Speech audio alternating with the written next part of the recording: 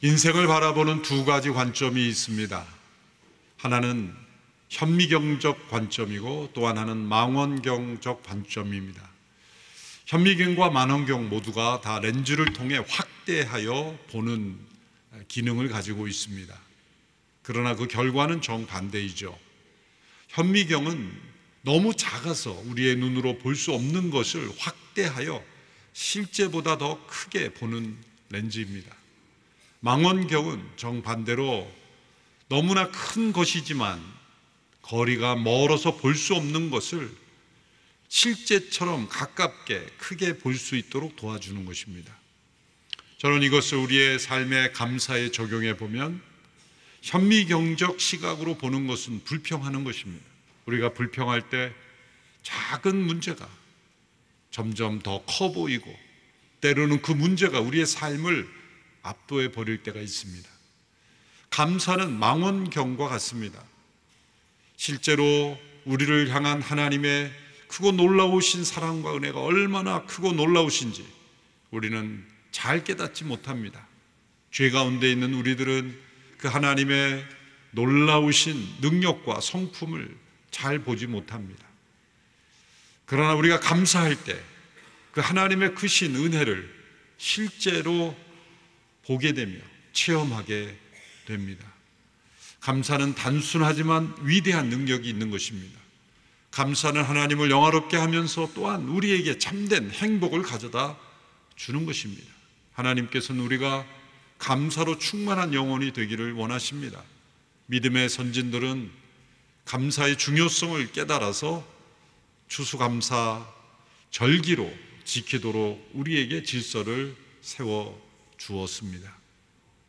창립 40주년을 맞이하는 추수감사주일에 저는 온누리교회 안에 충성된 믿음의 사람들이 많은 것에 대해 감사합니다. 그 충성스러운 섬김은 어디에서 나오는 것일까요? 하나님께 대한 감사입니다. 감사가 충만한 영혼은 충성된 믿음을 살아갑니다. 또 충성은 또 다른 감사를 만들어냅니다. 성경에서 이 감사와 충성으로 충만한 사람을 꼽으라고 한다면 오늘 본문에 나오는 갈렙이라는 인물입니다. 갈렙이라는 이름은 히브리어로 켈렙, 그것은 목자가 양을 칠 때 목자를 도와서 그 양들을 가이드하는 개를 켈렙이라고 합니다. 갈렙의 성품에 나타난 이 충성스러운 모습이 바로 목자를 충성스럽게 따르고 섬기고 또한 함께 협력하는 이 개의 모습과 흡사합니다. 갈렙은 하나님의 구속 역사의 메인 캐릭터로 쓰임받은 사람은 아닙니다. 아브라함이나 모세, 다윗과 같이 성경의 많은 지면을 차지하는 인물은 아닙니다. 민수기와 그리고 오늘 본문 정도로만 나올 뿐입니다. 그러나 하나님의 가치에 있어서 그는 매우 소중한 가치 있는 믿음을 우리에게 보여주었고 특별히 하나님께 대한 감사와 충성된 모습을 우리에게 잘 보여주는 인물입니다. 본문의 배경은 이스라엘 백성들이 이제 가나안 땅에 정복하기 시작하므로 중부에서의 여리고성, 아이성 전투에서 승리하고 이제 남부 지역의 도시국가들이 연합하여 전쟁을 일으켰죠. 그래서 남부 지역 연합군과의 전쟁에서 승리하고 이제 저 북쪽에 있는 성읍국가들이 두려워하여 하솔이라는 성읍국가를 중심으로 해서 메론 물가에 모였다고 했습니다. 그 전쟁에서도 승리했습니다. 이렇게 여러 차례의 전쟁을 통해서 중부 지역, 남부 지역, 북부 지역 그리고 남부나 북부는 연합군과의 전쟁에서 승리하였기 때문에 이제 전반적인 가나안 땅의 지배권을 확보한 상태입니다. 그러나 그때 이제 여호수아의 나이는 나이 들었다라고 여호수아 13장 1절에서 말합니다. 이때 여호수아의 나이를 추정해 보면 적어도 90세 이상이 되었을 것으로 생각합니다. 또 본문에 나오는 갈렙의 나이는 85세라고 정확하게 말씀하고 있습니다. 이 두 사람은 40대, 갈렙은 40세, 그리고 여호수아는 적어도 45세 이상 되었을 때 가나안 정탐에 함께 참여했던 사람입니다. 광야를 우리가 40년이라고 말하지만 출애굽에서 가데스 바네아, 광야가 본격적으로 시작될 때까지 시내산에서 율법을 받고 또 성막을 만들고 그런 2년 정도 레위기 율법을 받고 이간이 한 2년이고 실제 광야에 방황한 기간은 38년이죠. 우리가 통상 이 기간을 다 합쳐서 40년이라고 말하지만 신명기 2장 14절에 의하면 실제 광야의 방황은 38년이었습니다. 그러므로 이 갈렙의 나이가 85세이므로 가나안 정복 전쟁의 기간이 이제 13장까지의 기간이 7년이라는 시간이 흘렀다는 것을 알 수가 있습니다. 우리는 7주가량 흘렀는데 이제 성경에서는 7년이 흘렀습니다. 그 기간 동안에 여러 전쟁이 있었던 거죠. 축약해서 기록을 하기 때문에 동시에 이루어진 것 같지만 7년의 시간을 통해서 이제 전반적인 지배권을 다 장악하게 된 시점입니다. 이제는 각 지파별로 땅을 분배해서 이제 구석구석에 숨어 있는 그런 가나안 족속들을 정복하는 그러한 스텝으로 넘어가게 되는 시점이었습니다. 이때 갈렙이 여호수아에 나와 요청한 내용입니다. 어떤 요청을 했냐면 12절의 말씀을 보십시오. 같이 읽겠습니다. 시작. 그러므로 여호와께서 그날 내게 말씀하신 이 산지를 내게 주십시오. 당신도 그때 직접 들었다시피 거기에는 아낙 사람들이 살고 있고 그들의 성은 크고 강합니다. 그러나 여호와께서 나와 함께 하시면 여호와께서 말씀하셨듯이 내가 그들을 쫓아낼 수 있을 것입니다. 그날에 여호와께서 말씀하신 이 산지를 내게 주십시오 라고 할 때 이 산지는 헤브론 산지를 의미합니다. 헤브론 산지는 역사적으로 매우 중요한 지역입니다. 아브라함과 이삭과 야곱의 묘가 있는 곳입니다. 아브라함이 그 땅에 도착했을 때 자신의 돈으로 직접 구입을 했던 땅입니다. 돈으로 구입을 했다는 게 왜 중요한가? 그 땅의 사람들을 의지하지 아니하고 하나님께서 주신 땅으로 자신의 속한 유업으로 만들어간 첫 번째 땅이라는 것입니다. 매우 중요한 땅입니다. 그 땅을 집중적으로 살펴보았는데 그 땅에 있는 아낙 자손들이 매우 강하고 힘이 세고 거인과 같아서 그 정탐꾼들의 10명이 부정적으로 낙심하게 되고 백성들에게 불신앙을 전함으로써 광야를 방황하게 되었던 바로 그 땅, 그 땅을 자신이 담당하게 해달라, 그리고 자신과 유다 지파가 담당하게 해달라고 요청하고 있는 것입니다. 하나님께서 이 땅을 분배하는 기본적인 원칙을 이미 말씀해 주셨습니다. 그 지파의 인원에 따라서 또 그리고 제비를 뽑아 나누라고 말씀하셨습니다. 하나님께서 이러한 가이드라인을 준 것은 백성들이 탐심으로 이기심으로 서로 다투고 분열할까 봐 이런 기초적인 가이드라인을 준 것입니다. 예외가 생겼죠. 요단 동편의 두 지파 반은 우리는 여기에 머무르겠습니다 라고 자청함으로써 그 땅으로부터 벗어나게 되었죠.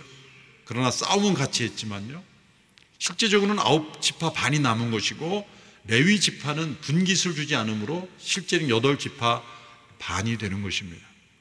바로 그 상황에서 갈렙은 제비 뽑는 원칙으로 배정하지 말고 이 산지는 자신과 유다 지파에게 맡겨달라는 겁니다. 만일 그 요청이 이기적인 요청이었다면 당연히 여호수아는 거절해야만 했을 것입니다. 하나님께서 일반적인 원칙을 주신 것은 백성들의 이기심, 욕망, 탐욕을 제어하기 위한 것이지 더 희생하고 그리고 더 섬기려 하고 이타적인 결정을 하는 모습이라면 그 원칙에 벗어나도 하나님 허용해 주시는 것입니다.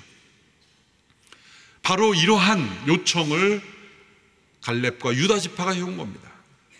유다 지파는 야곱의 12자손 구성된 12지파 중에서 장차 메시아가 세상에 오게 될 지파이므로 매우 중요한 위치를 차지하고 있습니다. 우리가 요즘에도 유태인하고 하는 그 유대라는 말이 바로 유다 지파에게서 이름이 나온 것인 것처럼 매우 중요한 지파이죠.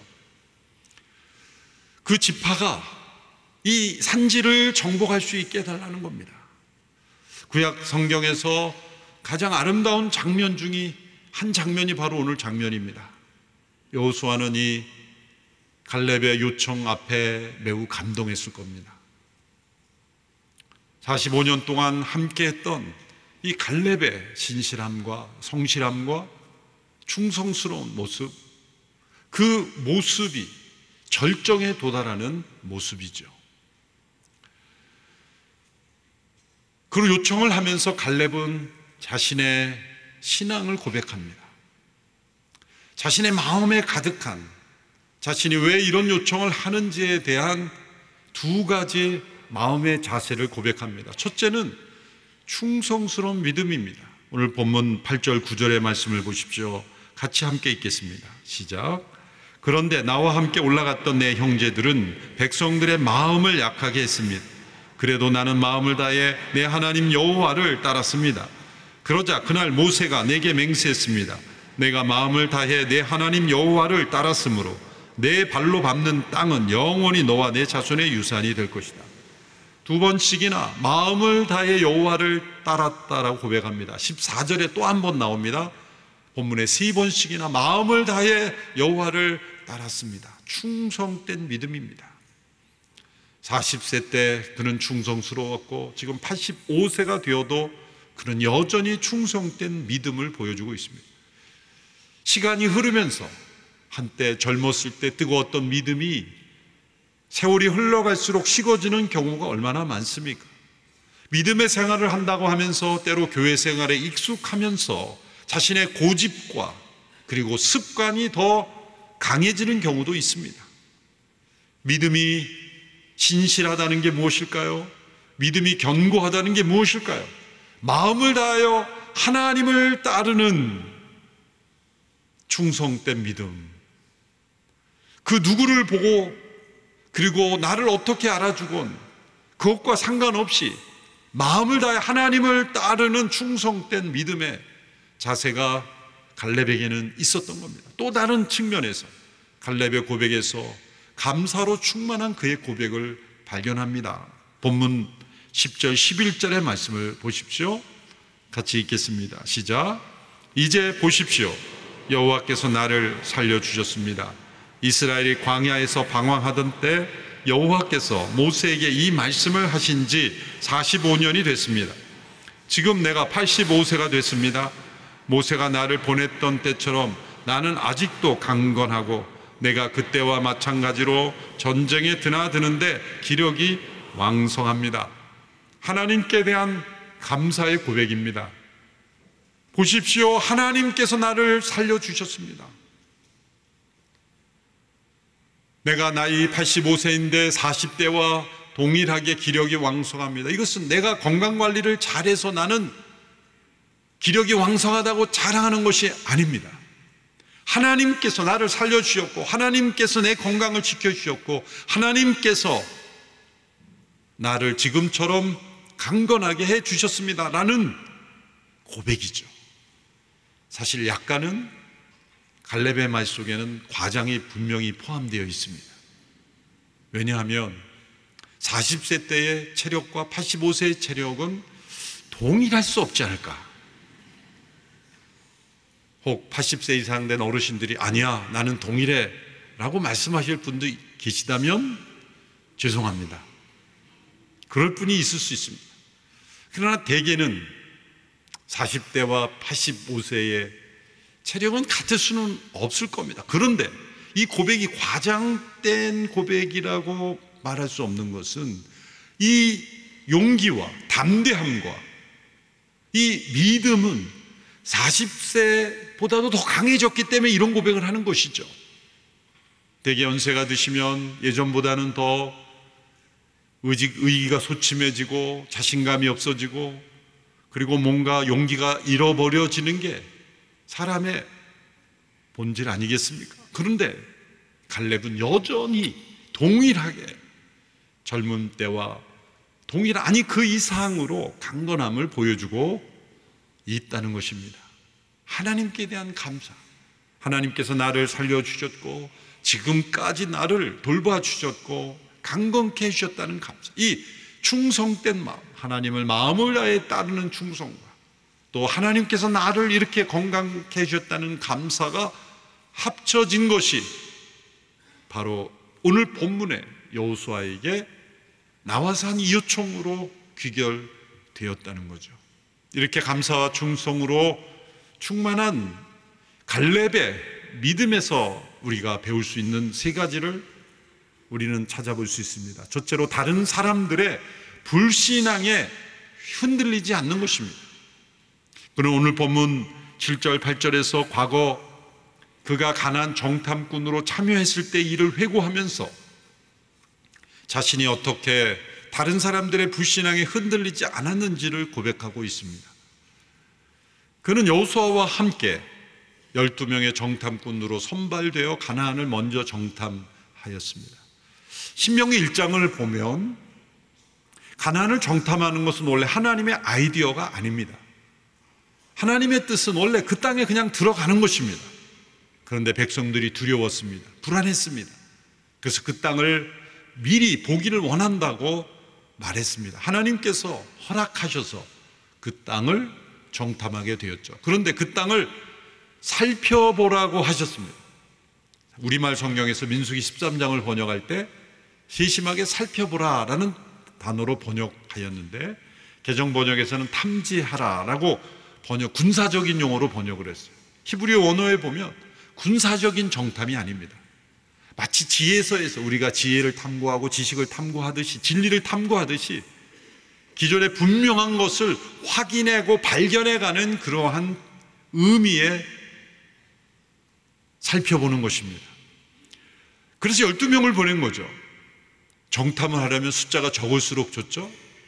여리고를 정탐할 때는 2명을 보냈습니다. 왜? 그건 군사적 정탐이었기 때문에. 그리고 여리고를 정탐할 때 쓰는 단어는 군사적인 정탐에 쓰는 단어를 썼습니다.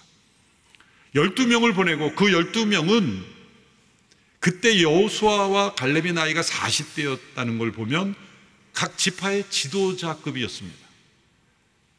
정탐을 하려면 20, 30대 젊고 민첩한 그런 사람들을 몇 명 보내야 되지 않습니까? 각 지파를 대표하는 지도자들을 보낸 거예요. 그것은 그 땅을 미리 살펴보고 그 땅이 얼마나 좋은지를 백성들에게 가서 알리라 라고 말한 거죠. 백성들이 10명의 부정적인 보고를 듣고 우리는 죽었다 절망한 이유가 다 지도자들이었기 때문입니다.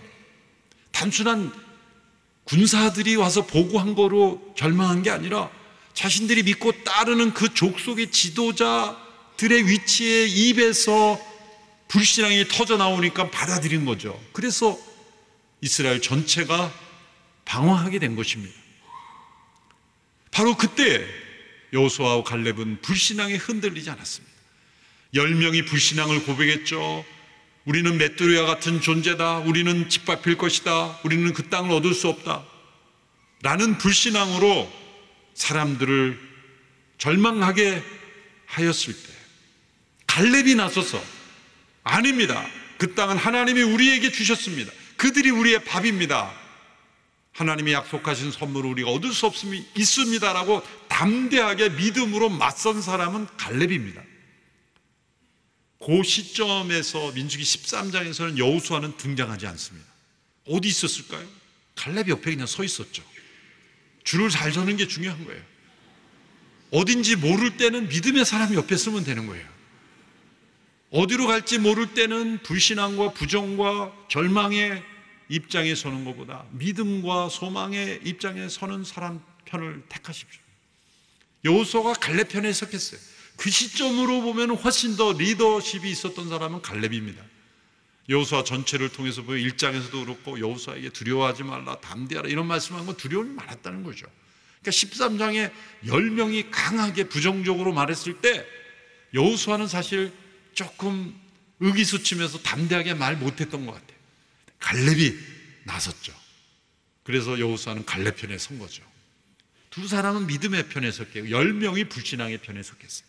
여러분 10대 2라는 그 숫자의 대조를 보면 사람들은 쉽게 다수결의 원리를 적용해 버립니다. 12명 중 10명이 선택한 길이 옳을 것이다. 여러분 착각입니다. 여러분 이 시대에도 하나님을 경외하고 하나님의 말씀이 진리라고 믿고 사랑하는 사람이 많습니까? 아니면 하나님 믿지 않고 자기를 믿고 세상을 믿고 살아가는 사람이 더 많습니까? 하나님을 믿지 않고 창조를 믿지 않는 사람이 더 많습니다. 그러면 옳은 것입니까? 우리의 신앙이 교회당 그리고 예배당과 가정과 내 개인의 울타리에만 가둘 신앙입니까? 사회에 나가면 하나님께서 살아계신다는 것을 믿지 않고 살아가는 사람이 훨씬 많은데 그럼 그것이 진리입니까? 여러분 예수님을 믿고 참되게 하나님을 경외하는 사람들이 소수자들입니다. 하나님을 참으로 경외하고 순종하는 믿음의 사람들은 매우 적습니다. 그렇다면 그 믿음은 잘못된 믿음입니까? 우리는 이 거대한 이 세상에 다수결로 결정되는 이 세상 한복판에서 우리가 믿고 따르는 믿음이 참된 믿음이라는 것을 증명해야 하며 그래서 우리는 담대하게 믿음으로 도전해야 하는 것입니다.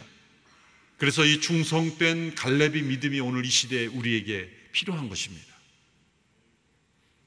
또한 두 번째로 갈렙은 자신의 포지션, 위치보다도 사명을 더 중요하게 여겼습니다. 45년 동안 여호수아와 곁에서 함께 광야를 지났고 또 가나안 정복을 함께 이끌었습니다. 그런데 한 번도 갈등을 일으키지 않았습니다. 여호수아의 리더십에 도전하지도 않았고 또 여호수아가 힘들게 하지도 않았습니다. 모세와 대조해 보면 모세는 주변 사람들로부터 많은 어려움을 겪었습니다. 대표적으로 아론은 금송아지를 만들어 백성들에 의해서 충동을 받아서 금송아지를 만들어 이것이 바로 애굽에서 우리를 인도하여 낸 신이라고 그렇게 우상 숭배 앞장선 사람 아닙니까? 모세의 측근 중에 측근이죠. 미리암은 모세가 구스 여인과 결혼했다고 비방했던 사람 중에 한 사람이었습니다. 구스 여인 이디오피아 여인이죠. 그러니까 아프리칸과 결혼한 거예요. 모세는 굉장히 앞선 사람이에요. 그 당시에 국제 결혼한 사람이에요. 굉장히 편견이 없고 열린 사람이에요. 그런데 그 주변에 있는 사람들이 다른 민족과 결혼했다고 비방하는데 미리암이 앞장선 거예요. 얼마나 마음이 힘들었겠어요. 그렇게 주변 사람들로부터 어려움을 겪었던 모세와 달리 여호수아는 주변 사람들로부터 고통받은 기억이 나지 않아요. 갈렙이 있었기 때문이에요. 갈렙이 내가 어떤 위치냐 라고 그렇게 주장하지 않았어요. 정치적으로 보면은 2인자예요. 그런데 나에게 어떤 타이틀을 요구하지 않았어요. 여호수아 당신이 최고 지도자냐? 그럼 나도 뭐 하나 타이틀을 만들어 달라. 그렇게 자신의 입지를 주장하는 그런 태도가 아니었어요. 그저 자신에게 주어진 사명에 충성을 다할 뿐이었어요. 이것이 참된 충성된 믿음, 감사하는 믿음의 모습입니다. 때로 교회 안에 갈등과 분열이 일어나는 많은 경우가 나의 위치, 나의 포지션, 때로는 직분일 때가 있어요. 그러나 우리에게 주어진 소명이 무엇인가 거기에도 초점을 두는 믿음이 교회를 건강하게 세워갑니다. 저는 감사한 것은 오늘 이 교회 40 역사 속에서 많은 갈렙과 같은 믿음의 사람들이 있었음을 감사합니다. 어떤 분은 장로로, 권사로, 직분자로 섬기지만 아무 직분 없어도 갈렙과 같은 충성된 믿음으로 감사하며 자신에게 어떤 호칭이 주어지느냐, 어떤 직분이 주어지느냐에 개의치 않고 하나님을 마음을 다하여 따르고 충성되게 감사하며 따르는 갈렙과 같은 믿음의 사람들이 오늘 이 교회를 세운 것입니다. 하나님은 여러분의 믿음을 기억하실 것입니다. 그리고 그러한 믿음으로 살아간 것을 기쁘게 생각하는 성도들이 되기를 바랍니다. 세 번째로 갈렙의 믿음은 희생하고 헌신하는 것을 자진하여 희생하는 편을 선택했다는 것입니다. 앞서 말한 대로 이 산지를 내게 주십시오. 헤브론 산지는 가나안 족속 가운데 가장 강한 족속입니다. 가장 점령하기 힘든 족속입니다. 아낙 자손 거인과 같은 족속들이 있습니다. 12명의 정탐꾼 중 10명이 그 족속을 보고 움츠려 들였던, 두려워하였던 그 족속을 나와 유다 자손이 가겠습니다 라고 자진한 겁니다. 하나님께서 제비를 뽑으라고 한 것은 백성들이 서로 희생하지 않으려는 상황에서의 최소한의 질서를 말씀하신 것이지, 이렇게 유다 지파와 갈렙처럼 가장 어려운 것을 희생하겠다고 하면 제비를 뽑을 필요가 없는 것이죠. 이것은 질서를 무너뜨리는 것이 아니라 오히려 새로운 질서를 만드는 거죠. 여러분, 법과 제도가 왜 필요합니까? 사람들의 있는 완악함, 이기적인 탐욕적인 죄악의 성향 때문에 그것을 제어하기 위해서 필요한 것이죠. 만일 스스로 헌신하려고 하고 사회를 위해 봉사하려고 하고 남을 더 생각하는 그러한 마음이 가득하다면 법이 필요가 없을 것입니다. 여러분, 법조계에서 종사하고 있는, 죄송한 말씀입니다만, 법조계가 활발해지는 사회는 건강한 사회가 아니에요. 소송이 많고 재판이 많은 사회는 결코 건강한 사회가 아닙니다. 무엇이든지 다 소송과 법을 통해 해결하는 사회는 건강한 사회라고 볼 수가 없습니다. 제비를 뽑지 말고 어려운 일을 나에게 맡겨달라. 나는 이 믿음의 자세, 어려운 일을 자진해서 하려는 그러한 믿음의 자세가 우리 믿음의 그리스도인들로부터 시작이 돼야 돼요. 여호수아 17장에 가보면 요셉 지파가 나옵니다. 요셉 지파는 이제 15장, 16장에서는 땅을 분배한 역사가 나오고 17장에서 이제 요셉 지파가 이 갈렙처럼 여호수아에게 나옵니다. 요청을 합니다. 똑같은 요청입니다. 그런데 내용은 정반대입니다. 요셉 지파가 요청할 때는 우리 지파가 이 땅을 받았는데 우리 식구도 많은데 우리 땅에 살림이 너무 많습니다. 그러니 땅을 더 주십시오. 이렇게 불평하는 겁니다. 여호수아가 그 요청을 들어줬겠습니까? 17장 14절에 보면 스스로 살림을 개척하라, 스스로 개척하라 2번씩이나, 이건 권면이 아니라 야단친 겁니다. 성경에 나오지 않은 틀림없이 갈렙 이야기를 했을 때 갈렙과 유다 지파를 좀 봐라. 그 어르신이 가장 어려운 길을 하겠다고 하는데 당신들은 젊은데 말이지 노력하려고 하지 않고 헌신하려고 하지 않는다. 그렇게 여호수아가 틀림없이 야단쳤을 거라고 생각해요. 많은 헌신을 했음에도 불구하고 더 헌신하려는 사람이 있고 조금 더 헌신하지 않으면서 끝까지 자기중심적인 태도를 가지려는 사람이 있습니다.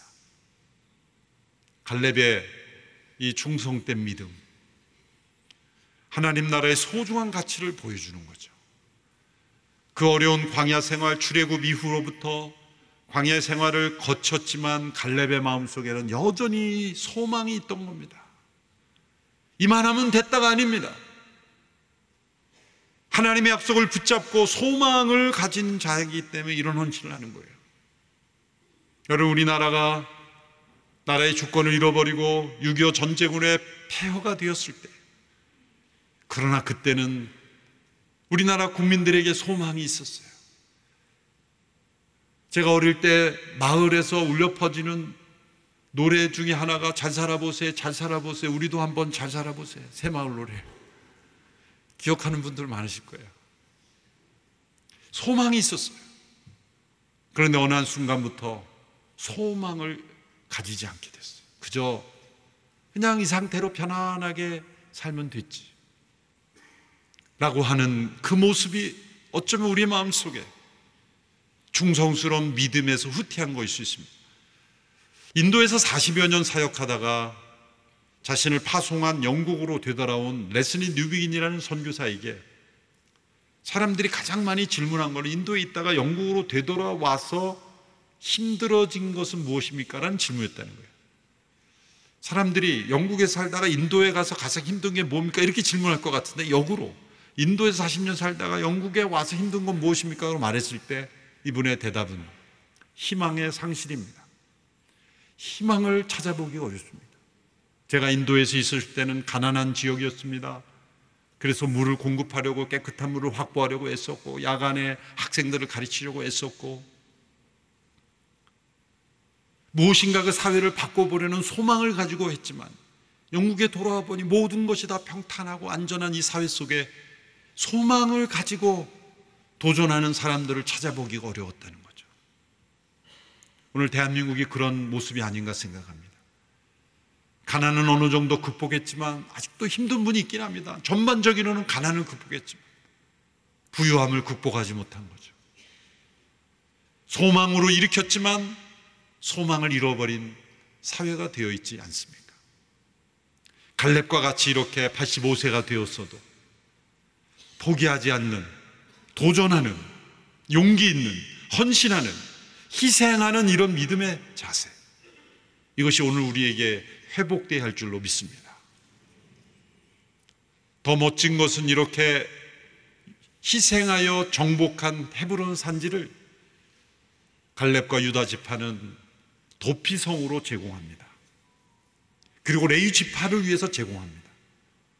그리고 정작 자신들은 그 주변 부에서 거주합니다.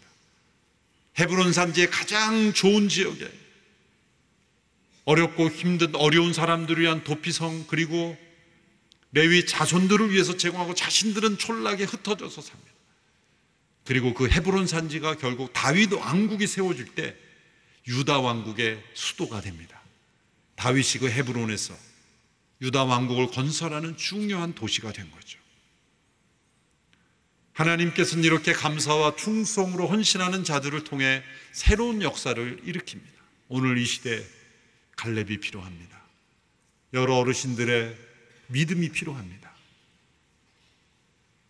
더 도전하고 헌신하는 믿음이 우리 한국교회에 일어나야 합니다.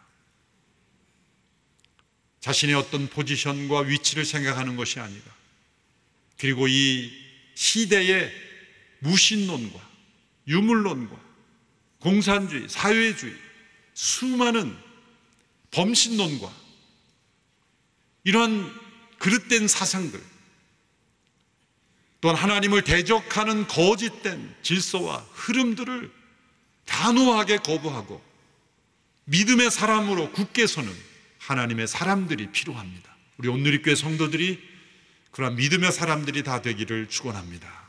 기도하겠습니다. 하나님 아버지, 갈렙의 감사로 충만한 믿음, 충성스러운 믿음을 우리에게 보여주시니 감사합니다. 너무나 연약하고 부족한 저희들의 믿음이지만 이러한 믿음으로 변화되어가는 저희들 되게 하여 주옵소서. 예수님의 이름으로 기도합나이다. 아멘.